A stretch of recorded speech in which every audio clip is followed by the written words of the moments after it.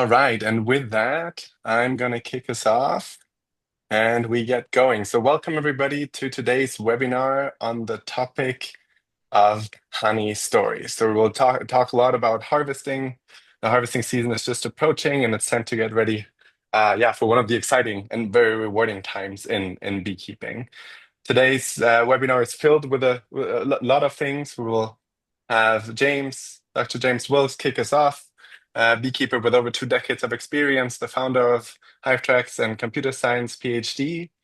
Then we will be talking about the honey story and how you can create your own honey story after we talk about some about the harvesting. And then we're incredibly excited to have Mateo Kaiser, founder of Bee Swarmed, and master beekeeper on this call as well. So quite excited to have you. And he will be sharing a little bit of his work, which is incredibly exciting. And then we will have some time for Q&A toward the end. If during the entire webinar, you have any questions and you would like to ask something, feel free to put it in the chat. We'll try to be as good as we can responding to them as we go, and otherwise we just bring them up. And then last but not least, my name is Max Rinsel. I'm the CEO and co-founder of HiveTracks. For the people who were here last time, I'm in Danny's role. She got sick, unfortunately, so I'm stepping in for her. And with that, I would say let's get going. And James, take us away. All right. Thanks so much, Max. And hey, everybody out there. It's good to be with you again, 1 month after our previous webinar. And 1 month this time of year in beekeeping is a long time. A lot of things have happened in the last 4 weeks or so. In fact, while I was just sitting here, it's a beautiful morning here in Creston, North Carolina. It was pretty cool this morning, like 40 Fahrenheit. So pretty cool. But now it's warmed up, and I was just watching the breeze blow through the trees across the field from me, and these giant clouds of pollen were blowing by from the alder trees. So anybody in our area has alder allergies, well, I'm sorry today. So let's talk about honey and honey production. It's very difficult, as you know, to hit everybody where they are right now because of climate and the we're in different locations, and so we're at different points in our season. Okay, but hopefully I'll hit you at some point of where you are in your season right now. If not, it's just a good reminder of kind of things to look for and to expect. And yeah, it's always good just to review things. So ingredients for success of honey production. And so I've got a list here, and we're going to go through those and kind of hit those and talk about kind of the highlights in each of those areas that you want to kind of look for, maybe some nuance around that, the variables that might be true for your area. And again, all beekeeping is local, so your mileage may vary on advice. And this is coming from my experience in my locations as well. But again, a lot of that translates over to others. So the ingredients: healthy bees. Where are you located? What's the weather? What's the timing of things in your area? And how are you managing your bees? So let's get into that list there, Max. So when are healthy bees not important? I don't.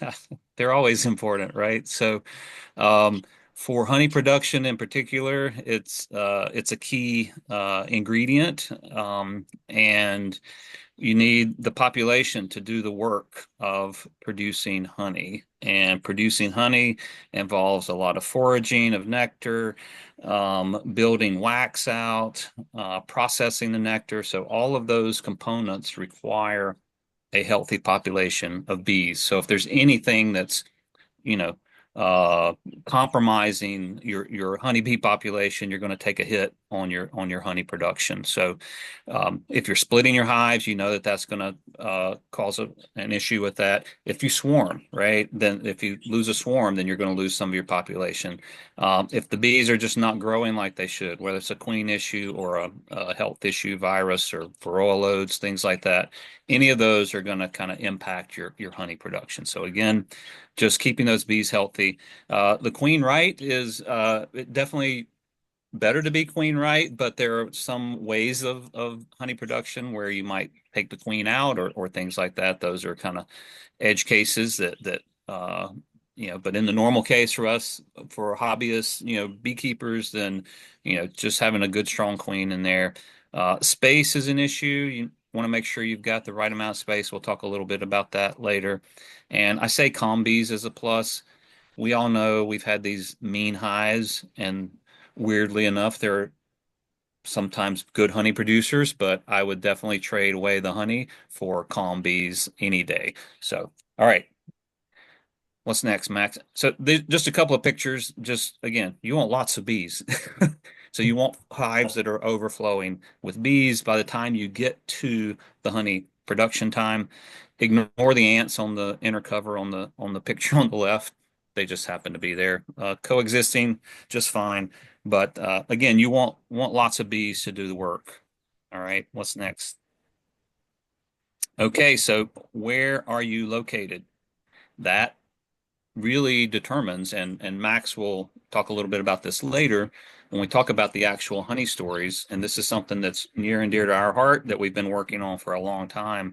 Um, where your hive is located really is the determining factor of the honey that you produce, both in terms of the volume of the honey that you produce, and the nectar sources, the kind of honey, the flavor profile, the color, the flavor, the viscosity, all that is dependent on what blooms in that forage radius of your hive. So, wherever you're located, there is some sort of normal for your area. Okay.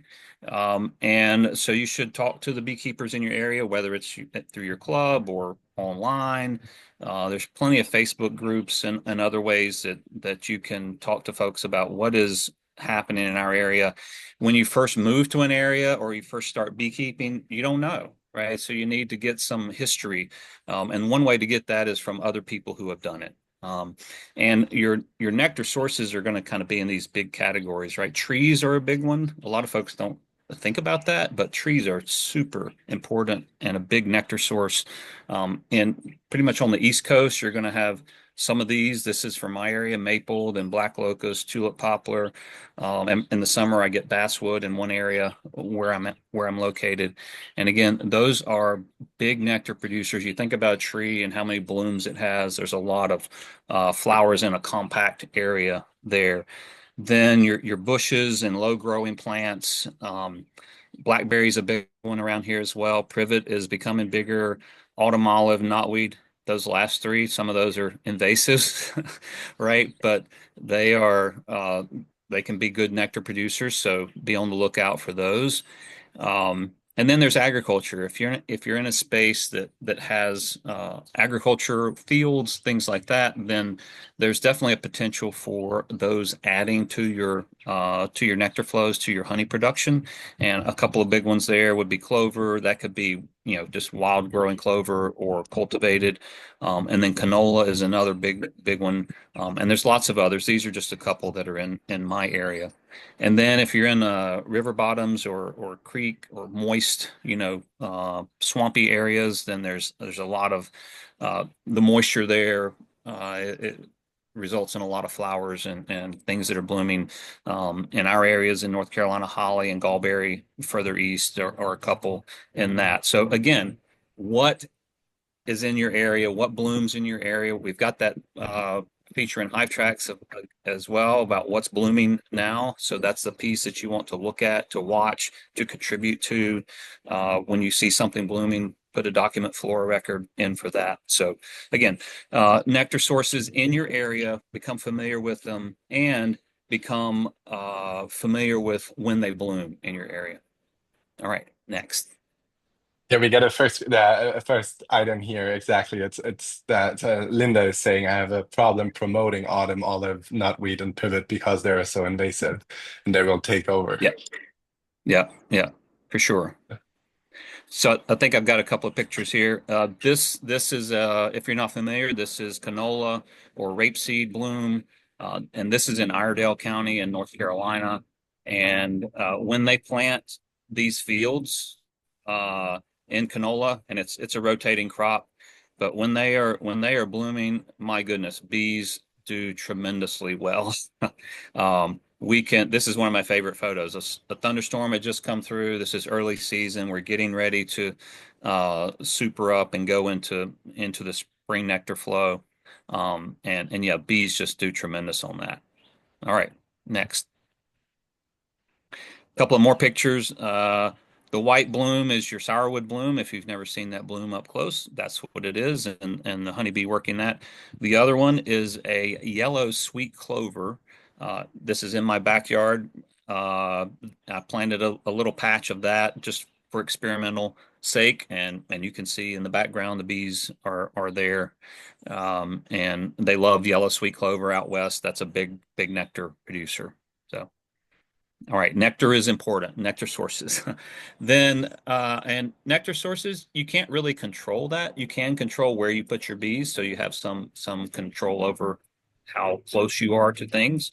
And some people like to plant, but you got to plant a lot to get an impact on your hives. One thing we can't control uh, is weather, okay? And so this is the big variable. You can have everything in place and then the weather not cooperate and you not make a good honey crop. But again, it's just something to be aware of, to know that that has an impact and to pay attention to it. And warm and sunny in general is the answer to good honey weather. Some nectar sources are either dependent on temperature or even nighttime temperature for the flowers to produce nectar. So some of that plays into it. Some also nectar sources are a time of day dependent. So they might produce nectar during a certain window of the day. The bees can work that hard that part of the day, but then they're not working it because there's nothing there the rest of the day. Um, some blooms and are susceptible to wind or water. For example, tulip poplar in North Carolina, the tulip poplar has this little cup with nectar in it, and if it rains, it washes it out. So then it takes another day or two for that to fill back up. And as a side note, if you've never tasted the nectar out of a tulip poplar bloom, you should try it sometime. Go find one. It's excellent. Uh, the other thing to be alert for is abrupt changes in weather. Like if you have a cold front come through, temperatures change a lot. It can disrupt the plant's, natural nectar production, and it might take a few days for the flowers to recover. One thing I have found that thunderstorms in particular, they can seem pretty intense, but the bees can recover pretty quick from just these short bursts of rain and continue their work. So again, weather is one of those factors you got to look out for. All right, timing. So what do I mean by timing? I mean that in your location, there is going to be some window of time in which you have a nectar flow or a honey flow that we like to call it. And how is that distinguished from other times of the year? Well, a flow is when there's enough nectar that the bees are able to begin to make honey, and they're making honey for next winter, right? They're storing the honey to have something when the grocery store isn't open, when the nectar sources are not out there. In the other times, they're kind of hand to mouth. They're creating nectar, eating the honey to fuel themselves. But in these certain windows, there's enough extra that they're able to start putting it up, and that's what we mean by a nectar flow. And for pretty much most locations, there are times of year when that happens, and you can really distinguish those from the others. Okay. And this is one of those places where talking to folks, keeping good records yourself, and making observations will help you know when the flow is starting, when it's ending, and we'll talk a little bit about that in a minute. But you want to be aware of when those windows are approaching, and how to prepare for those. And again, that's part of your knowledge as a beekeeper, your localized knowledge is when are these windows? They can shift. In the last webinar, I talked about the phenology network, and you can see how spring is going, in your area. Are we ahead or behind? And And people are always saying, "Oh, things are early this year or they're late this year," right? And that's true. There is some window of time, and it shifts a little bit, but it's going to be this window of time. And if your bees are there, and the weather's right, and the flowers are there, you're going to make honey. All right. So let's talk a little bit about, how do you know when this window is happening? Okay. All right. Next one. So is the flow on or off? Well, when the flow turns on, you can really tell by the activity at the entrance to the hive. The bees just seem like they're on a mission. I mean, they are like they have a purpose. They're not just out, oh, I'm going to go see what's available today. They know where they're going. They fly out. They go in a particular direction. You can often see where the nectar sources are because all the bees are flying in this one direction. That's at the entrance to the hive. Also, when they come back, sometimes they're heavy and they fall in front. They can't quite get all the way, or they're not judging well on landing. So you can tell a lot from the entrance to the hive when this is happening. Uh, then within the hive itself, when the edges on the comb start getting white, when they start making wax, that's a good indicator that a flow is on. Um, and even at night, if you have ever been in a bee yard where you've got a lot of hives, I mean, you can go sit next to one hive, and if they've been pulling in a lot of nectar at night, they are curing that honey. They're removing water vapor, and the hive has just this hum to it that you can almost feel them drying the honey out. For some nectar sources, there's a smell. You can just smell the honey, the nectar as they're drying it out, this water vapor, some of the floral notes are coming out, or the not so good smells with goldenrod. A lot of you are familiar with that smell. It's like dirty gym socks. So again, smell is one of the things that you can use there. Hive scales, if you've got a hive scale, that's another, kind of cool technology piece. You've heard me talk about it, seen me talk about it online, things like that. That those are that's a really good use case for hive scales, is being able to tell when nectar flows happen. And then finally, the bees themselves will tell you if they're not nosing around looking for feed, or if you leave a frame out of something and they're not touching it, or you've been feeding and all of a sudden they forget the feed, they don't care about it, then there's real nectar sources out there. Then when the flow turns off, just go the opposite of those things we just said, right?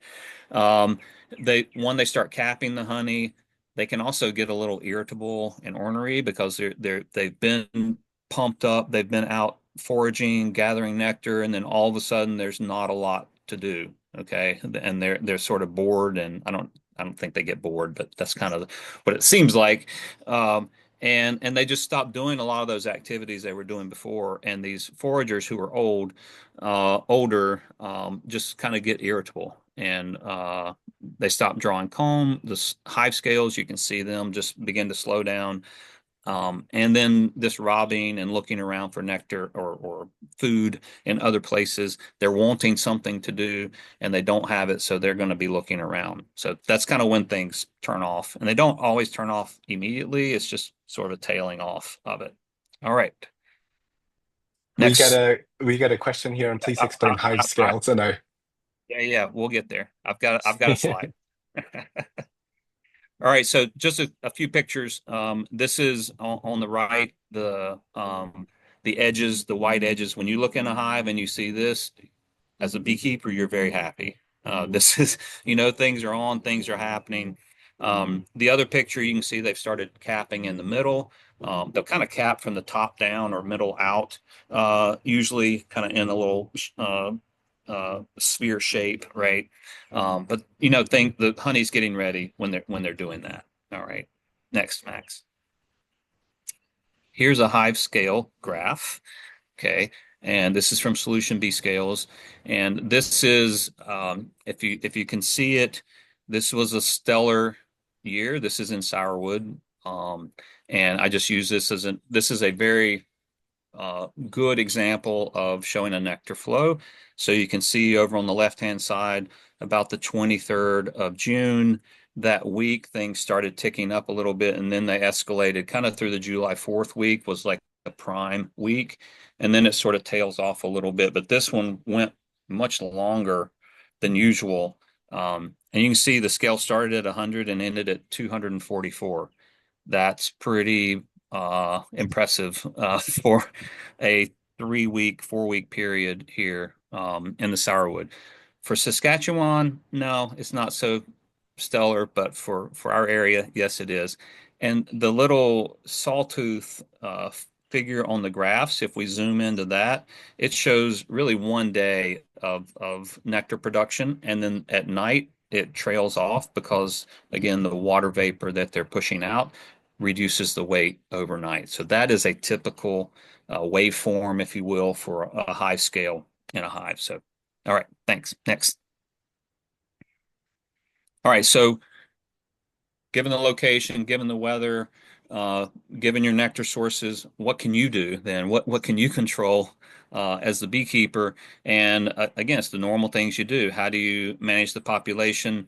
You want a big population, and for honey production, the foragers, if you remember, they're the older bees. Like the last 2 weeks of their life, more or less, is when they're out foraging. So when the nectar flow happens, when the honey flow happens, you want that forage force to be as big as possible. And that's what the bees themselves are trying to do, right? When they come out of winter solstice, that queen is aiming for that spring nectar flow. She's building up the hive, laying more and more eggs, and the goal is to get a peak forage population aligned with that nectar flow. And so if you can help that process along in terms of how you manage, then that's what you want to do, right?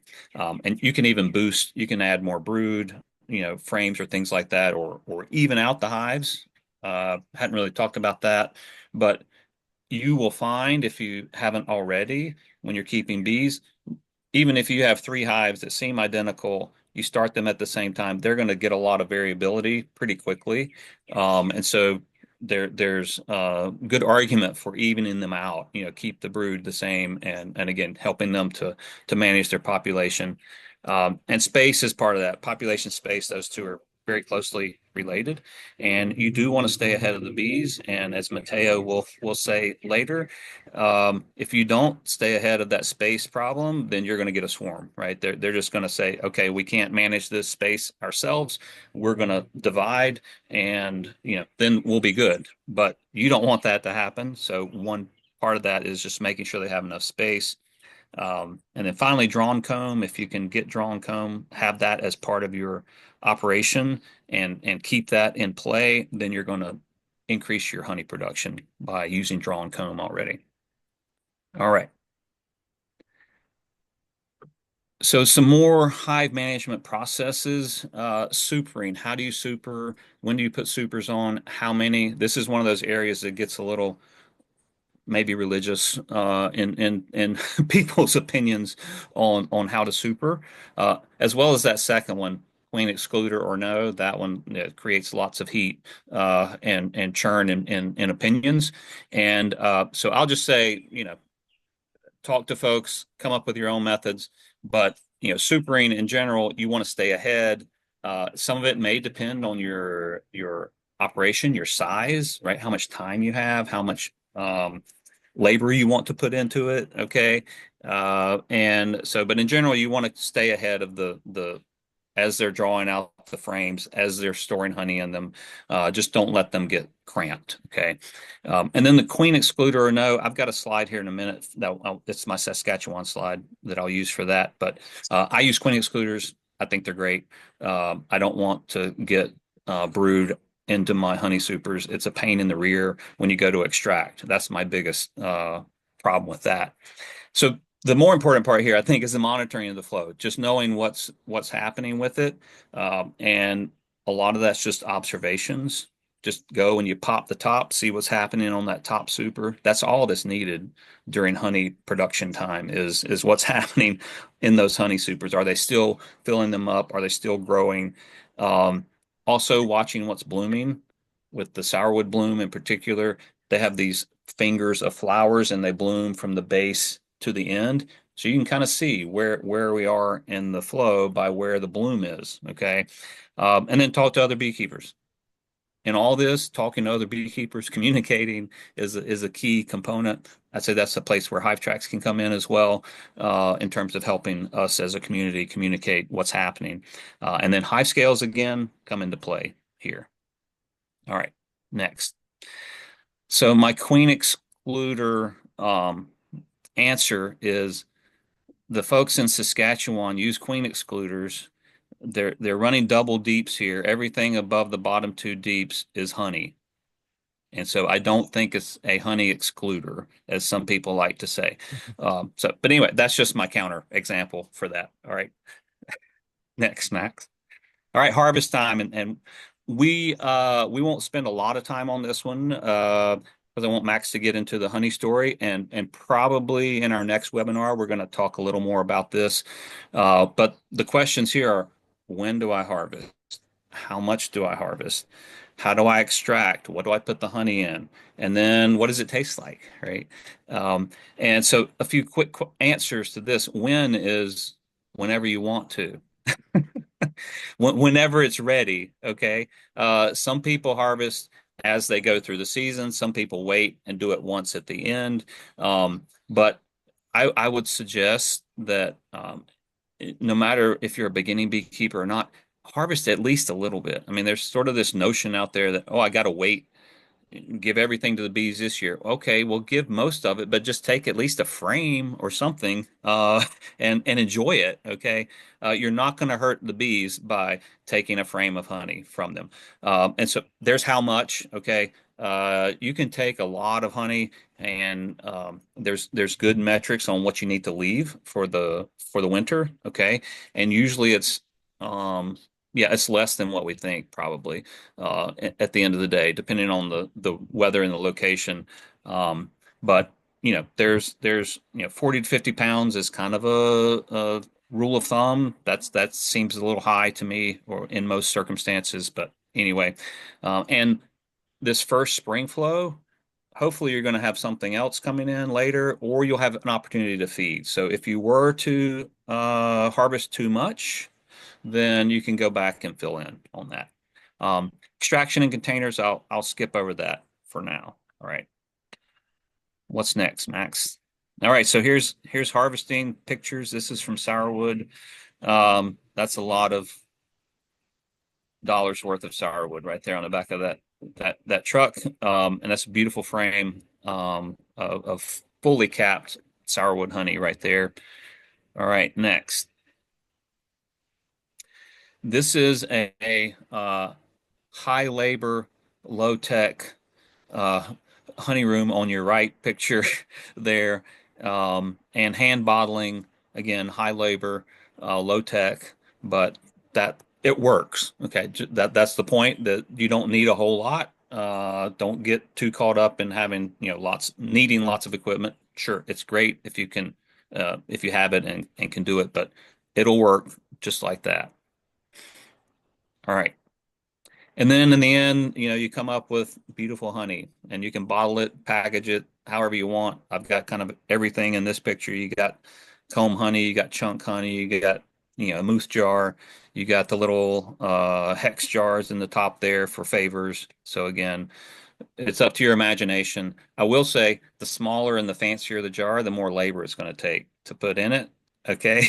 But the more you can give to your friends and your family, which leads me right to Max, I Thank you think. so much. Yeah, thank you so much, James. There you That's go. Perfect. as always fascinating. So, the much time is what we have spent at Hive Tracks to think about how do you communicate all the love and all the work that goes into a honey season and a honey harvest? So, how do we tie basically the story of the honey into something that you can communicate as beekeepers to the people that we would like to share the honey with, to sell the honey to, however it could work. And how do we do that in a way that both the actual work that went in, so when we look about the harvest records, for example, or inspection records, the location, flavor description, honey description, and plant description. How does all of this come together? And how do we communicate that in the best possible way? So we've spent a lot of time thinking about how we can integrate that in Hypetext Pro and the web version of our app to ensure that when you use the mobile app to log your records, you're able to create a honey story and a harvest profile that allows you to create your own story, to make your story palpable, if you will, to make it shareable through a unique QR code that you can use to either put it on top of your hive and customize it to your specific honey setup or your specific harvest when it comes multiple times in the year. So I'm going to use this opportunity real quick and create a honey story as we go along. So I'm going to stop screen sharing here for a second and go back into Fivetechs Pro, my account right here.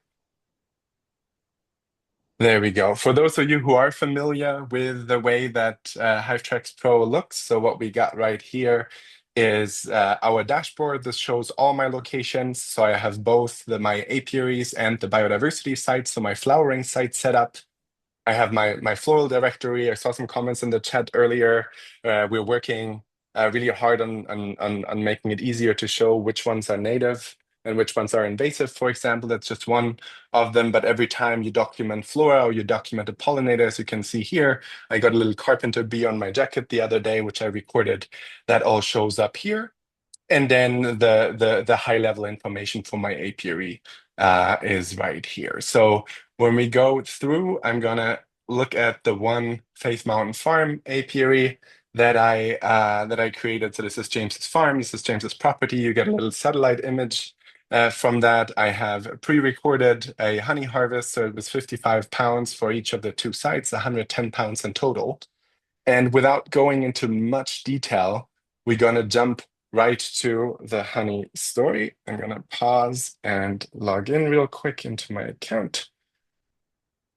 And what we will do is I have a few things created. So I talked to James beforehand to make sure that I get the information uh, right and straight for his apiary and the both the harvest date and the additional information when it comes to the amount of honey being harvested. So let us go to the honey story.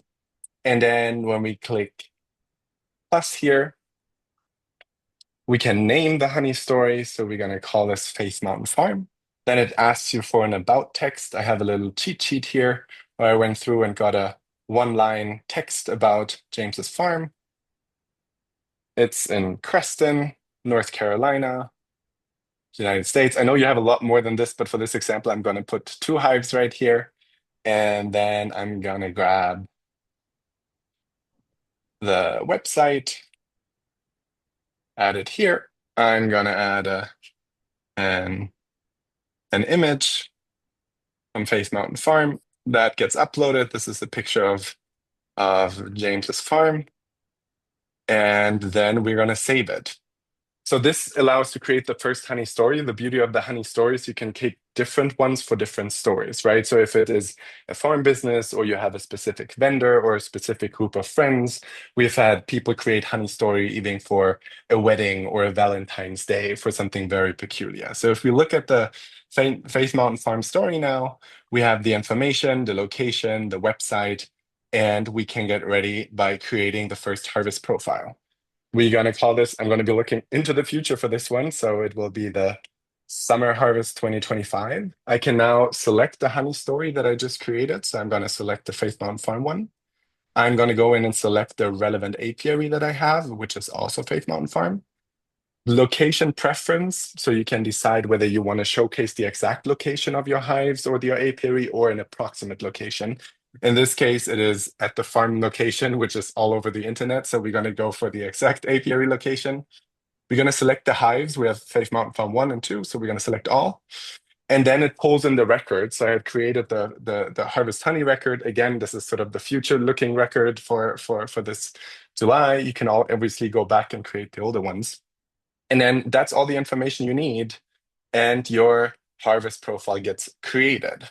So when you then click on the harvest profile, this is the website sort of in the making, where you can add additional information. It pulls in the record so you can see how much was harvested. And then comes my favorite part, which is the foraging information. We're going to do this for sourwood.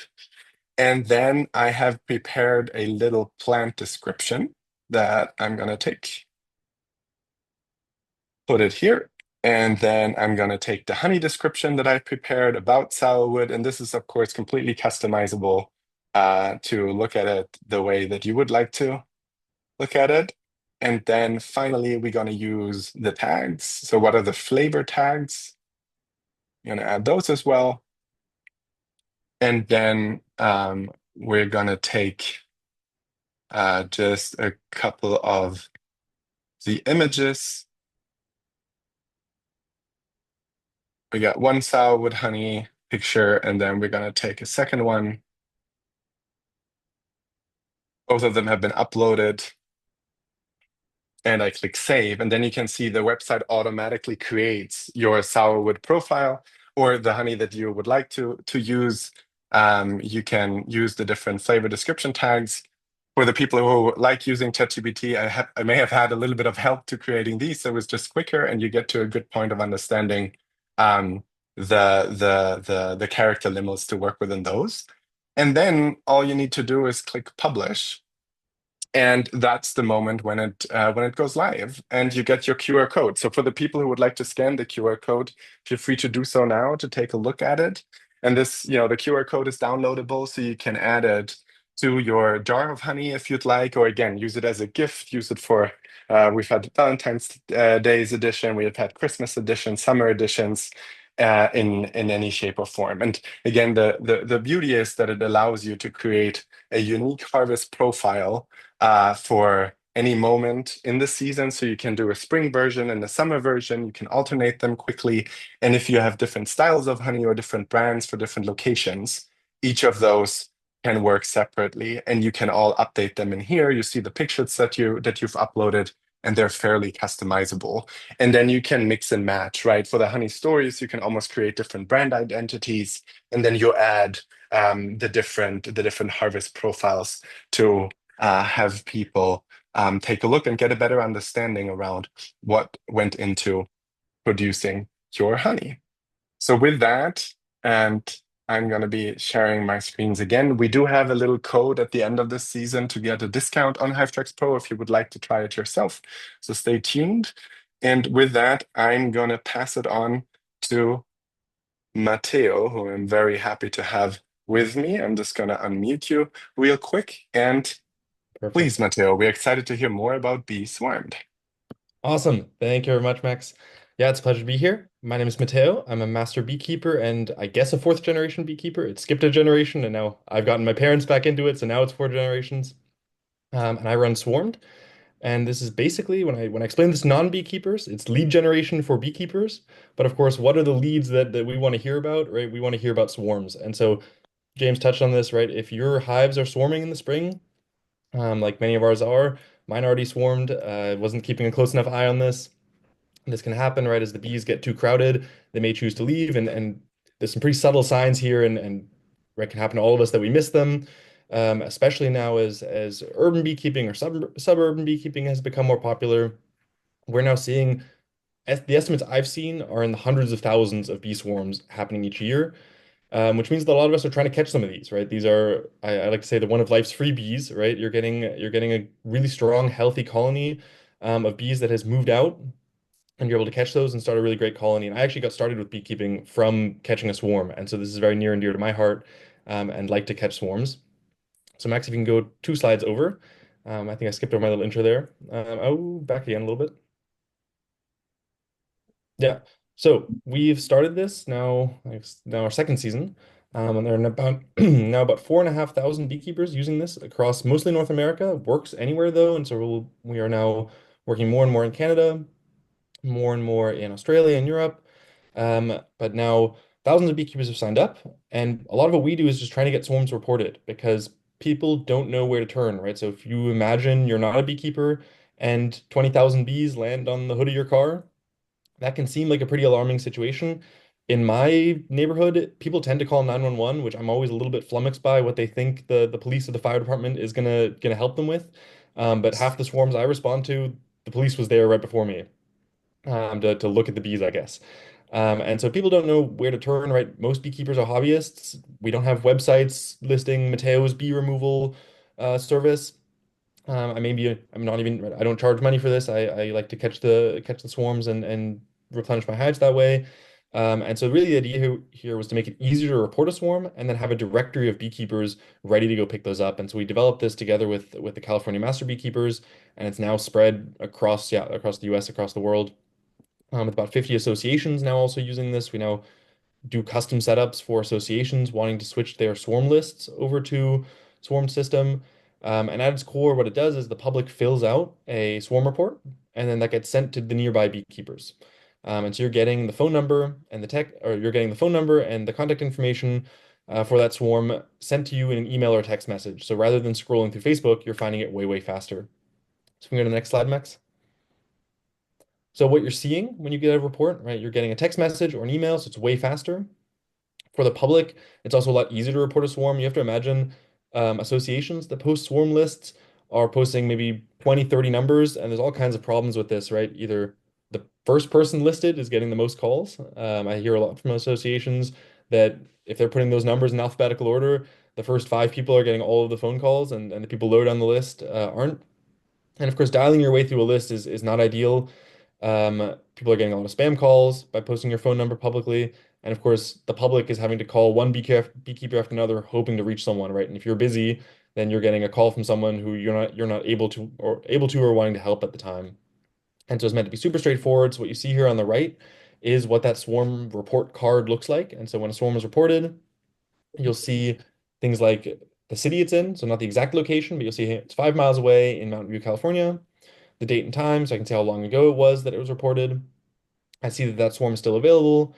I see that it's a roughly football sized. It's on a tree, and really important, right? If I need to know if I'm going to pack my ladder or not. I can see that this swarm is less than 5 feet off the ground, so I'm not going to take my ladder with me. It's been there for a day. And actually, this person is not the owner of the property, and this is really important too, right? So you know who you're dealing with. And then you're seeing some comments as well. And most importantly, a photo. And we're now actually adding that you can have multiple photos. And you can see here, I'm the first beekeeper to see this. And so that swarm is still available. And so I can claim that report. And then if I hit that claim button, I then see the exact address and the phone number. And then at that point, we don't micromanage the process. At that point, it's up to you to give that person a call, and figure out what's up, right? In this case, maybe they're not the property owner. So I'm going to want to give them a call and ask, well, who is, right? Or how can I get in touch with the property owner? Or is it maybe in a park strip or in public land where I need to figure out who to talk to? Yeah, so we more and more now work with associations since a lot of associations put out some sort of swarm list. And so we've now put together a system where associations can get a custom branded version. So it has your logo or your association's logo on it, drop that on their website, and make it really, really easy for people to report swarms. So people can just fill out the form and send that swarm to just your beekeepers. And so for a lot of associations, this makes managing your swarm list easier, and it makes it a lot easier to see who's claiming the swarm. So you're also getting data on who's claiming them, how fast, and you're also creating an incentive for people to join your association, right? For a lot of associations, that's one of the key reasons people join is to get put on that swarm list. So this way, you're able to get your beekeepers the swarms coming in through your website, but also the swarms through the broader network. Because one of the things that I'm really excited about is that because we do this nationwide or really worldwide at this point, we're able to do things that an individual beekeeper or an association really can't do.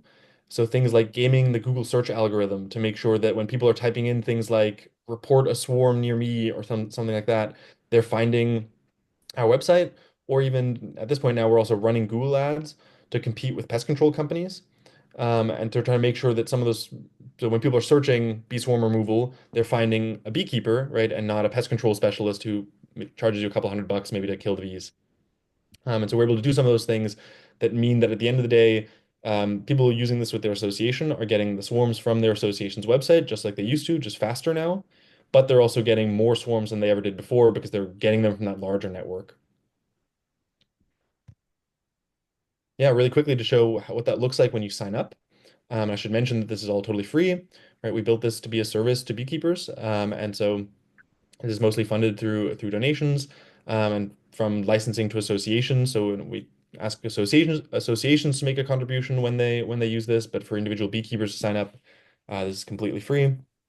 And so when you sign up, you drop in your uh, location. It doesn't have to be your address, right? We're not sending you mail or anything. You're just saying where you roughly are, and then you're setting the radius that you're willing to travel, right? So you're not getting swarms really far away. You're getting just those swarms that you're willing to go. So you can see here, this person is in Sacramento, and they're willing to go about 17 miles, right? And so they're going to get notifications within that radius. And so this way, your contact information isn't being shared publicly, right? Rather than posting it on the internet and saying, please call me, where then you get a bunch of spam calls, a bunch of spam emails. This way, you're just getting notifications for swarms in your specific area. Yeah, so that's the quick overview. I'm happy to answer any questions, and I'm sure we'll get into it in the Q&A. That is fantastic. Yeah, thanks so much, Mateo. Again, super exciting and really glad to see that. We've already talked about ways to integrate Hive tracks and Swarm to think about ways how could if there was a swarm that was reported, could it travel through both systems? Again, creating easy ways for beekeepers to be more connected and to help, share the knowledge and share the labor of it. That's fantastic. Thank you so much, Mateo.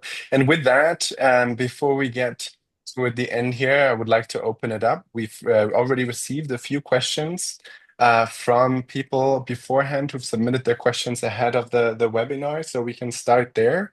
And also, of course, everybody feel free to add any questions you may have on, yeah, anything related to the preparation of harvesting, anything related to honey stories, or anything other that comes to mind, or any reactions that you have. And James, if you're back, I would ask you to look at the first question here. So it's about from Daniel. It's strategy to manage the number of supers in a hive and harvest multiple times versus waiting for one harvest. I think that's something that you touched upon, but it would be good to summarize that again.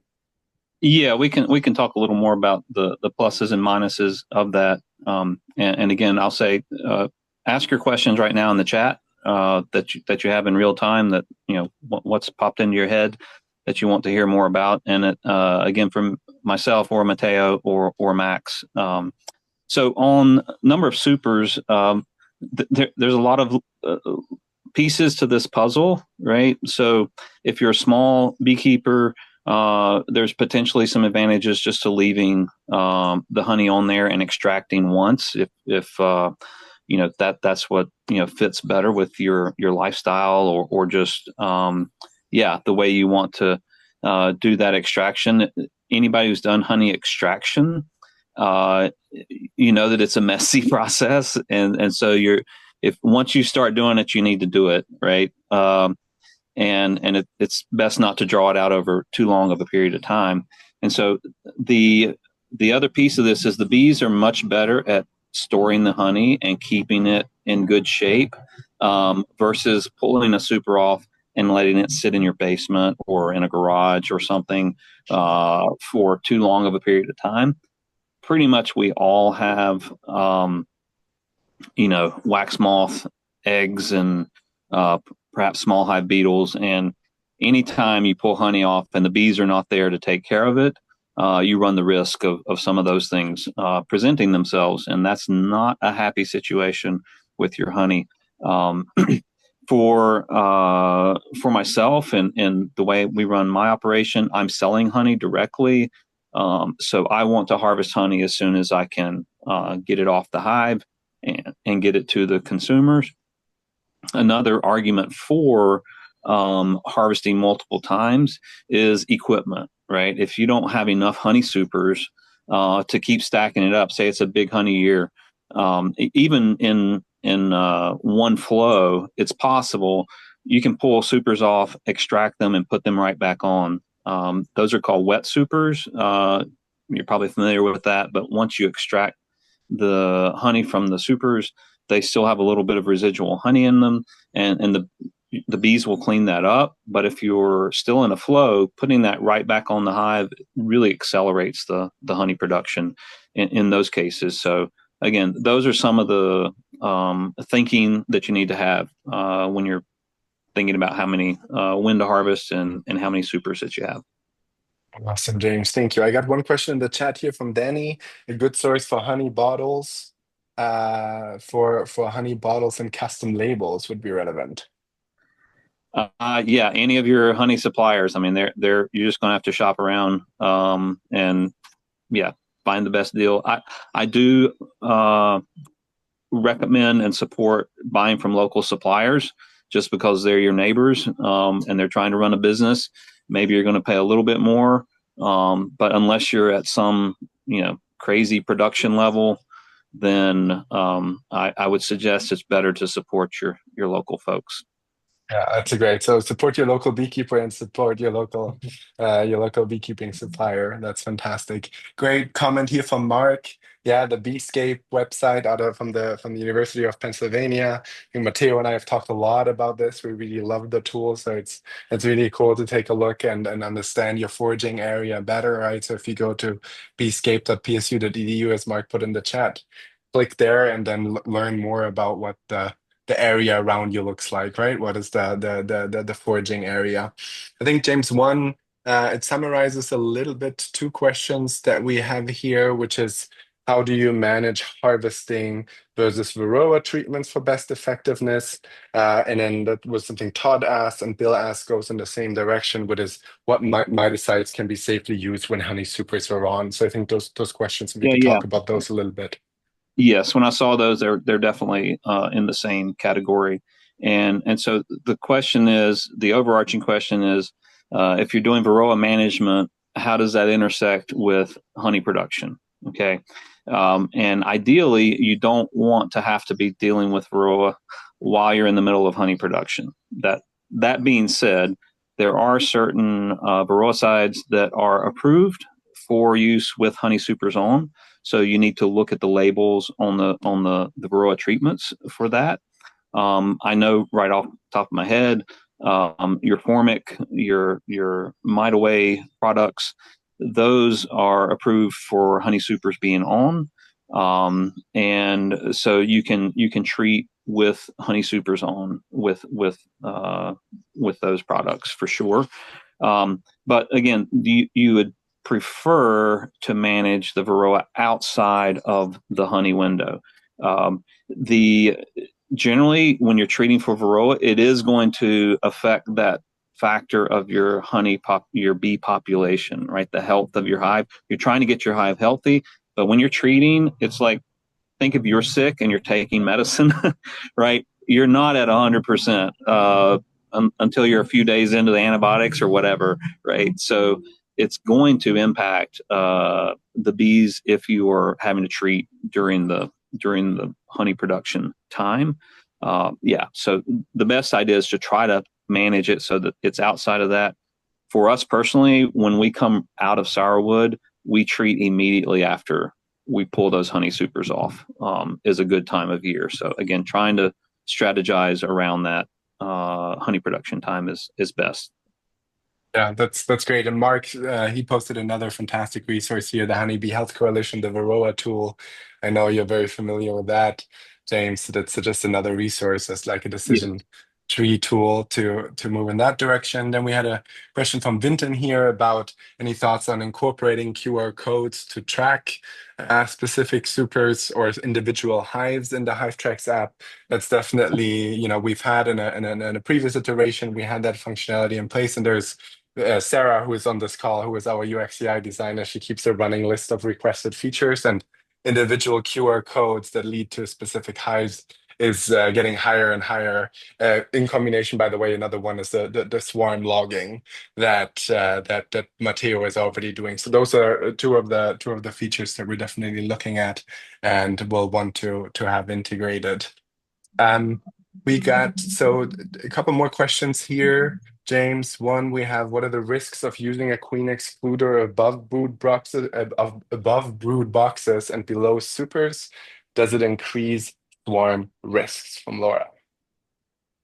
Right, and that's a great question. I run single deeps, which is definitely a challenge in the swarm, in the space. You have to manage that carefully to not induce swarming. So, and queen excluders necessarily the way they work, keep the queen constrained.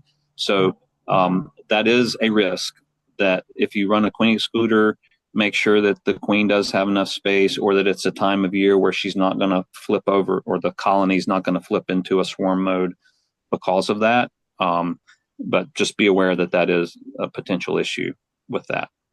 All right, and one last question here because we're, getting to the end, to the top, and I have one more slide. So, what are your thoughts on oxalic acid vaporization for Varroa mitigation, James? So my personal opinion is, one, I've not moved into using oxalic. I don't use oxalic in our operation. I've never kind of gone in that direction because of the things we've used seem to work well. There's plenty of energy and work in that direction, and products in that direction, that seem to do a good job, and a lot of people use it as part of their regimen. So I would defer to those folks and their experience, and they, again, a lot of people use that as part of their strategy, and there's still some working out that's going with oxalic in particular about its action and the best way to deliver it. That's an ongoing. People are figuring that out, the best ways to deliver that into the hive. Perfect. I'm going to put you on the spot here. One more, see if you can do it in 20 seconds. How do you use a double screen board to maximize honey production? So if you're familiar with that, really all this is doing is boosting your bee population in the hive, which necessarily is going to translate into more honey production. So the answer is it will work. It's more labor from the beekeeper side, but it is a technique that can help with that. Fantastic. Thank you so much. So as I said before, those of you who would like to take a look at HiveTalks Pro, create your own honey story, share your honey story, look at the flora and the pollinators you recorded, have a view into it, you can use the promo code April25 to get 40% off. 40% off either the $70 of an annual subscription or the $6.99 of the monthly subscription. So it's April 25. We will share that with the recording as well for the people who would like to take a look. It is valid through May 6th, so make sure you jump on that before the code expires. With that, we're super excited for you to have been here. Thank you very much. We have next webinars coming up. Really excited. Tuesday, May 27th. We're going to talk about late spring, early summer check-in. How was the spring flow? How was the swarm season? Hive management post-flow, watching for dearths, for example, and then we will have a big biodiversity and pollinator health. I've alluded to a few of these topics already when we looked at the dashboard. It's going to be really interesting, and we will have one of our community members, Tara Lynn, talking about, he's a big permaculture advocate and planting for pollinators, so it will be really exciting to have an ecosystem connection, ecosystem approach to it. And with that, we want to thank you for your time. Thank you for spending an hour with us. I hope you enjoyed it as much as we did. Feel free to follow up with any kind of questions. We will make sure to upload the recording and follow up. And we look forward to seeing you again next time. And thanks again, Mateo. Thanks again, James, for sharing your depth of knowledge here. I learned a lot. Thank you Thanks, all. everybody. Good to see y'all. Thank you. Bye. Go play in your bees.